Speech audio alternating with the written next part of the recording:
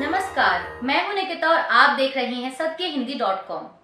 चलिए एक नजर डालते हैं अब तक की सुर्खियों पर। प्रधानमंत्री मोदी आज पटियाला से बीजेपी उम्मीदवार परनीत कौर के पक्ष में चुनावी रैली को संबोधित करने पंजाब पहुंच रहे हैं। इस बीच खबर सामने आ रही है कि किसान संगठन प्रधानमंत्री के पंजाब दौरे के विरोध में कई जगहों पर धरना प्रदर्शन कर रहे हैं। पटियाला से 10 किलोमीटर पहले चंडीगढ़ पटियाला रोड पर मीडिया से बात करते हुए कई प्रदर्शनकारी किसानों ने कहा है कि सरकार 2021 के किसान आंदोलन के दौरान मानी गई मांगों से पीछे हट गई है। किसानों का कहना है कि हम पोलो ग्राउंड जाना चाहते थे, लेकिन हमें इजाजत नहीं दी गई।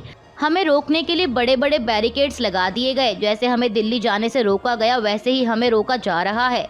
इस दौरान किसानों ने राज्य की सत्तारूढ़ आम आदमी पार्टी पर भी आरोप लगाया।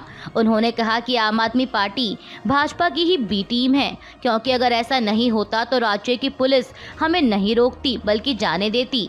बता दें कि पीएम मोदी के पंजाब दौरे के बीच पटियाला राजपुरा रोड को आम जनता के लिए बंद कर दिया गया है। यहां सुरक्षा के कड़े इंतजाम किए गए हैं और दंगा नियंत्रण पुलिस भी तैनात है। प्रधानमंत्री मोदी के पंजाब दौरे के बीच कांग्रेस ने उनसे 3 सवाल किए हैं। कांग्रेस महासचिव जयराम रमेश ने सोशल मीडिया प्लेटफॉर्म एक्स पर लिखा कि पटियाला जा रहे निवर्तमान पीएम से आज के सवाल। पहला, किसानों के प्रदर्शन के 100 दिन बाद भी पीएम खामोश क्यों हैं? दूसरा, कैप्टन अमरिंदर सिंह के खिलाफ पीएम ने भ्रष्टाचार के आरोप लगाए थे, उनका क्या हुआ? तीसरा, पटियाला को स्मार्ट सिटी मिशन से अलग क्यों रखा गया है? बता दें कि पीएम मोदी पटियाला में बीजेपी उम्मीदवार परनीत कौर के लिए रैली करेंगे और परनीत कौर पंजाब के पूर्व मुख्यमंत्री कैप्टन अमरिंदर सिंह की पत्नी हैं। दरअसल कांग्रेस से अलग होने के बाद अमरिंदर सिंह ने अलग पार्टी बनाई थी, लेकिन बाद में वे बीजेपी में शामिल हो गए थे। लोकसभा चुनाव के छठे चरण के लिए 25 मई शुक्रवार को वोटिंग होनी है। इस चरण में राजधानी दिल्ली की भी सभी 7 सीटों पर वोट डाले जाएंगे, जहां कांग्रेस और आम आदमी पार्टी इंडिया गठबंधन के तहत चुनाव लड़ रही हैं। आम आदमी पार्टी 4 तो कांग्रेस 3 सीटों पर चुनावी मैदान में है। अब इस बीच कांग्रेस की पूर्व अध्यक्ष सोनिया गांधी ने वीडियो संदेश जारी कर कांग्रेस और इंडिया गठबंधन के उम्मीदवारों को जीत दिलाने की अपील की है। उन्होंने मतदाताओं से कहा कि मेरे प्यारे दिल्ली वासियों, यह एक बहुत महत्वपूर्ण चुनाव है। यह चुनाव देश के लोकतंत्र और संविधान को बचाने का चुनाव है। उन्होंने कहा कि यह चुनाव बेरोजगारी, महंगाई, संवैधानिक संस्थाओं पर आक्रमण जैसे मुद्दों पर लड़ा जा रहा है। आपको इस लड़ाई में अपनी भूमिका निभानी है। आपका हर एक वोट रोजगार बनाएगा, महंगाई कम करेगा, महिलाओं को सशक्त करेगा और एक सुनहरे भविष्य में समता और बराबरी का भारत बनाएगा। सोनिया गांधी ने कहा कि मैं आपसे अपील करती हूं कि कांग्रेस और इंडिया गठबंधन के उम्मीदवारों को दिल्ली की 7 सीटों पर भारी मतों से विजयी बनाइए। प्रधानमंत्री मोदी के खिलाफ मुखर रूप से अपनी बात रखने वाले और अक्सर उनकी आलोचना करने वाले बीजेपी नेता डॉक्टर सुब्रमण्यम स्वामी ने दिल्ली में 25 मई को होने वाले छठे चरण के मतदान को लेकर बड़ा ऐलान किया है। उन्होंने एक्स पर की गई एक पोस्ट में बताया है कि वह किसे वोट देंगे। स्वामी ने एक्स पर लिखा कि इस शनिवार 25 मई 2024 को मैं पूर्वी दिल्ली लोकसभा सीट से भाजपा उम्मीदवार हर्ष मल्होत्रा को वोट दूंगा। वह दिल्ली के मेयर रह चुके हैं। जनता की सेवा का उनका रिकॉर्ड अच्छा है और वह लोकसभा सांसद बनने के योग्य हैं। बीजेपी नेता ने लिखा कि मैं पूर्वी निजामुद्दीन में रहता हूं। केंद्रीय गृह मंत्री अमित शाह ने राहुल गांधी से पूछा है कि अगर उनको बहुमत मिलता है तो उनका पीएम कौन होगा। उत्तर प्रदेश के अंबेडकर नगर में एक रैली को संबोधित करते हुए अमित शाह ने राहुल गांधी से ये सवाल पूछा। अमित शाह ने कहा कि मैं आज राहुल गांधी से पूछना चाहता हूं कि अगर आपको बहुमत मिलता है तो आपका प्रधानमंत्री कौन होगा। उन्होंने आगे कहा कि शरद पवार बन सकते हैं क्या, लालू यादव या उद्धव ठाकरे बन सकते हैं क्या। केंद्रीय मंत्री ने पूछा कि राहुल गांधी बन सकते हैं क्या। इसके साथ ही अमित शाह ने ये आरोप लगाया कि उनके एक नेता से जब ये पूछा गया कि आपका पीएम कौन होगा तो उन्होंने कहा कि वे 5 साल बारी बारी से बनेंगे। गृह मंत्री ने पूछा कि देश ऐसे चल सकता है क्या। मुख्यमंत्री अरविंद केजरीवाल का आरोप कि दिल्ली पुलिस उनके बुजुर्ग और बीमार माता पिता से पूछताछ करना चाहती है, पर दिल्ली के भाजपा अध्यक्ष वीरेंद्र सचदेवा ने पलटवार किया है। सचदेवा ने कहा कि बीमार माता पिता को भी अपनी राजनीति के लिए हथियार बनाना अरविंद केजरीवाल का चरित्र है। पुलिस ने तो कहा नहीं कि वह पूछताछ के लिए आ रही है, वह बताएं कि किसने कहा और किसे कहा है। बीजेपी नेता ने कहा कि जानबूझकर चुनाव के 1-2 दिन पहले अपने बूढ़े माता पिता को आगे करके वे जो राजनीतिक खेल खेल रहे हैं वह निंदनीय है। सुल्तानपुर से बीजेपी उम्मीदवार और अपनी मां मेनका गांधी के लिए कैंपेन करते हुए वरुण गांधी ने कहा कि वो अपनी मां नहीं बल्कि सुल्तानपुर की माताजी के लिए समर्थन मांगने आए हैं। रैली को संबोधित करते हुए वरुण गांधी ने कहा कि पूरे देश में 543 सीटों पर लोकसभा चुनाव हो रहे हैं। कई जगहों पर बड़े बड़े नेता लड़ रहे हैं, लेकिन सुल्तानपुर अकेली ऐसी जगह है जहां सांसद को कोई मंत्री जी सांसद जी नहीं कहता, बल्कि पूरा क्षेत्र उन्हें माताजी कहता है। वरुण गांधी ने कहा कि माँ जो होती है वो परमात्मा के बराबर शक्ति होती है। पूरी दुनिया साथ दे या ना दे, लेकिन माँ साथ नहीं छोड़ती। आज मैं अपनी माँ के लिए समर्थन जुटाने नहीं बल्कि सुल्तानपुर की माँ के लिए समर्थन जुटाने आया हूँ। आपको बता दें कि भाजपा ने इस बार पीलीभीत लोकसभा से वरुण गांधी का टिकट काट दिया है।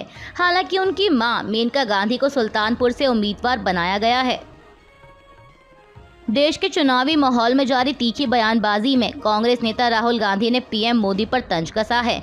उन्होंने कहा कि पीएम मोदी से एक इंटरव्यू में पूछा गया कि हिंदुस्तान में अमीर लोग अमीर होते जा रहे हैं और गरीब लोग गरीब होते जा रहे हैं, आपकी इस पर क्या राय है? तो पीएम मोदी ने 30 सेकंड सोचा और वे कहते हैं कि क्या मैं सबको गरीब कर दूं? दिल्ली के मुख्यमंत्री अरविंद केजरीवाल ने सोशल मीडिया प्लेटफॉर्म एक्स पर पोस्ट कर दावा किया है कि आज यानी गुरुवार को दिल्ली पुलिस उनके माता पिता से पूछताछ करने आ रही है।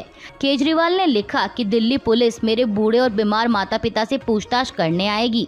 आपको बता दें कि अरविंद केजरीवाल दिल्ली के शराब घोटाला मामले में तिहाड़ जेल में बंद थे। फिलहाल उन्हें चुनाव प्रचार के लिए 1 जून तक की अंतरिम जमानत दी गई है, जिसके बाद 2 जून को उन्हें वापस सरेंडर करना है। अरविंद केजरीवाल के बाद अब दिल्ली सरकार में मंत्री आतिशी ने भी कहा है कि दिल्ली पुलिस द्वारा अरविंद केजरीवाल के बुजुर्ग और बीमार माता पिता को पूछताछ के लिए बुलाया जा रहा है। मुख्यमंत्री अरविंद केजरीवाल की माता की उम्र 76 साल है और अरविंद केजरीवाल की गिरफ्तारी से कुछ दिन पहले तक वे लंबे समय तक अस्पताल में रहीं और उनके पिता की उम्र 85 साल है। आतिशी ने पूछा कि क्या हमारे प्रधानमंत्री इस हद तक गिर गए हैं कि बुजुर्ग और बीमार माता पिता को प्रताड़ित कर रहे हैं? मुझे नहीं लगता कि देश के इतिहास में राजनीति कभी इतनी नीचे आई है।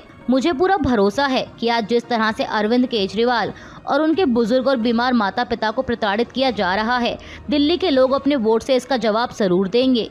चुनाव आयोग ने कहा है कि वेबसाइट पर हर मतदान केंद्र के वोटिंग प्रतिशत का डेटा सार्वजनिक करने से चुनाव मशीनरी में भ्रम की स्थिति पैदा हो जाएगी।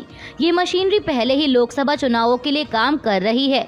समाचार एजेंसी पीटीआई के अनुसार चुनाव आयोग ने खुद पर लग रहे उन आरोपों को भी खारिज किया, जिसमें कहा जा रहा है कि शुरुआती 2 फेज के चुनाव में जो मतदान का औसतन डेटा चुनाव के दिन दिया गया उसमें और कुछ दिन बाद जब वोटिंग परसेंट का आखिरी डेटा जारी किया गया तो उसमें 5 से 6% का अंतर था। चुनाव आयोग ने कहा कि पूरी जानकारी देना और फॉर्म 17C को सार्वजनिक करना वैधानिक फ्रेमवर्क का हिस्सा नहीं है। इससे पूरे चुनावी क्षेत्र में गड़बड़ी हो सकती है। इन डेटा की तस्वीरों को मॉर्फ किया जा सकता है। बता दें कि 17C वो फॉर्म है जिसमें एक पोलिंग बूथ पर डाले गए वोटों की संख्या दी होती है। दरअसल association for democratic reforms NGO ने सुप्रीम कोर्ट में याचिका दाखिल की थी, जिसमें कहा गया था कि आयोग अभी लोकसभा चुनाव के दौरान 48 घंटे के अंदर हर पोलिंग स्टेशन पर वोटों का डेटा जारी करे। अब इसी का जवाब चुनाव आयोग ने सुप्रीम कोर्ट में दिया है। चुनाव आयोग के सुप्रीम कोर्ट में दायर किए गए हलफनामे, जिसमें कहा गया है कि फॉर्म 17 को अपलोड करने का कोई कानूनी अधिकार नहीं है। इस पर वरिष्ठ वकील कपिल सिब्बल ने प्रतिक्रिया देते हुए कहा कि फॉर्म 17 पर पीठासीन अधिकारी के हस्ताक्षर होते हैं और मतदान के अंत में पोलिंग एजेंट को दिया जाता है। जानकारी सीधे इलेक्शन कमीशन ऑफ इंडिया को भी भेजी जाती है। अब इलेक्शन कमीशन उस डेटा को वेबसाइट पर क्यों नहीं डालता? समस्या क्या है? इस प्रक्रिया में जो हो सकता है वो ये है कि गिने जाने वाले वोटों की संख्या वास्तव में डाले गए वोटों की संख्या से अधिक होगी। हमें नहीं पता कि क्या सही है। इलेक्शन कमीशन इसे वेबसाइट पर डालने में क्यों हिचकिचा रहा है? कपिल सिब्बल ने कहा कि कोई भी इसे बदल नहीं सकता। उन्होंने कहा कि पार्टियों को संदेह हो रहा है। कांग्रेस नेता राहुल गांधी ने उत्तर पूर्वी दिल्ली से पार्टी उम्मीदवार कन्हैया कुमार के समर्थन में एक चुनावी सभा को संबोधित किया। इस दौरान उन्होंने प्रधानमंत्री मोदी पर जमकर हमला बोला। राहुल गांधी ने कहा कि इस चुनाव में लड़ाई संविधान को बचाने की है। हिंदुस्तान के करोड़ों लोग खड़े हैं, कांग्रेस पार्टी खड़ी है। अगर आपने संविधान बदलने की कोशिश भी की तो आप देखिएगा क्या होता है। इसके बाद राहुल गांधी ने कहा कि कन्हैया कुमार में किसानों की समझ है, अंतर्राष्ट्रीय मुद्दों की भी समझ है। अगर कन्हैया कुमार मुझसे कहें कि मैं बायोलॉजिकल नहीं हूँ, मुझे परमात्मा ने भेजा है, तो मैं कहूँगा कि भाई ये बात बाहर मत कह देना। लेकिन मोदी जी कहते हैं कि मैं बायोलॉजिकल नहीं हूँ, मुझे परमात्मा ने भेजा है। कांग्रेस नेता ने कहा कि अगर कोई राह चलता व्यक्ति ऐसा कहे तो हम कहेंगे कि आप जाओ अपना काम करो और हमें अपना काम करने दो। लेकिन पीएम की ऐसी बात पर चमचे वाहवाही करते हैं। जब देश में कोरोना से लोग दम तोड़ रहे थे तो ये थाली बजाने और टॉर्च जलाने को कह रहे थे। राहुल गांधी ने आगे कहा कि परमात्मा ने जिन्हें भेजा है वो सिर्फ 22 लोगों के लिए काम करते हैं। गरीब जनता 24 घंटे हाथ जोड़कर कर्ज माफ़ी मांगे, शिक्षा मांगे, नरेंद्र मोदी सिर्फ देखते रहते हैं। वह सिर्फ अंबानी और अडानी के लिए योजना लाते हैं, सिर्फ उद्योगपतियों का कर्ज माफ़ करते हैं। हजारीबाग से बीजेपी के मौजूदा सांसद जयंत सिन्हा के वोट ना डालने को लेकर पार्टी ने उन्हें कारण बताओ नोटिस भेजा था, जिस पर अब जयंत सिन्हा का जवाब आया है। उनका कहना है कि वो पार्टी द्वारा मिले इस कारण बताओ नोटिस से हैरान हैं। जयंत सिन्हा ने 2 पन्नों की चिट्ठी सोशल मीडिया पर शेयर करते हुए कहा कि वो पार्टी के लिए काम करते रहेंगे। साथ ही जयंत सिन्हा ने वोट नहीं करने के आरोपों पर कहा कि उन्होंने पोस्टल बैलेट से वोट किया था। उन्होंने एक्स पर लिखा कि बीजेपी के राष्ट्रीय अध्यक्ष जेपी नड्डा के साथ बातचीत को मैं बताना चाहता हूं। मार्च 2024 में लोकसभा चुनाव से काफी समय पहले ही मैंने सक्रिय चुनावी दायित्वों में भाग न लेने का फैसला किया था, जिससे मैं जलवायु परिवर्तन के मुद्दों पर काम कर सकूं। इस फैसले का ऐलान मैंने सोशल मीडिया पर किया था। बीजेपी नेता ने आगे लिखा कि मुझे किसी भी पार्टी कार्यक्रम, रैली या संगठनात्मक बैठक के लिए आमंत्रित नहीं किया गया। यदि बाबूलाल मरांडी जी मुझे कार्यक्रमों में शामिल करना चाहते थे तो वो निश्चित रूप से मुझे आमंत्रित कर सकते थे, लेकिन उन्होंने ऐसा नहीं किया। जयंत सिन्हा ने चिट्ठी में आगे बताया कि 29 अप्रैल 2024 की शाम को मेरे दिल्ली में रहने के दौरान मनीष जायसवाल की ओर से मुझे उनके नामांकन रैली में शामिल होने के लिए आमंत्रित किया गया था, लेकिन देर से सूचित करने के कारण मेरे लिए 1 मई 2024 की सुबह तक हजारीबाग पहुंचना संभव नहीं था। इसलिए 2 मई 2024 को मैं हजारीबाग पहुंचकर सीधा मनीष जायसवाल के आवास पर उनसे भेंट करने के लिए पहुंचा। इस दौरान वो वहां नहीं थे। मैंने अपना संदेश और शुभकामनाएं उनके परिवार को दी। बीजेपी नेता ने कहा कि पार्टी की ओर से मुझे किसी भी कार्यक्रम में आमंत्रित न किए जाने के कारण मुझे वहां रुकने की कोई खास ज़रूरत दिखाई नहीं पड़ी और जाने से पहले मैंने पोस्टल बैलेट प्रक्रिया के माध्यम से अपना वोट दिया था। आपको बता दें कि भाजपा ने इस बार हजारीबाग से जयंत सिन्हा का टिकट काटकर मनीष जायसवाल को टिकट दिया है। अभी के लिए बस इतना ही। बाकी की खबरों के लिए बने रहिए सत्यहिंदी.com के साथ।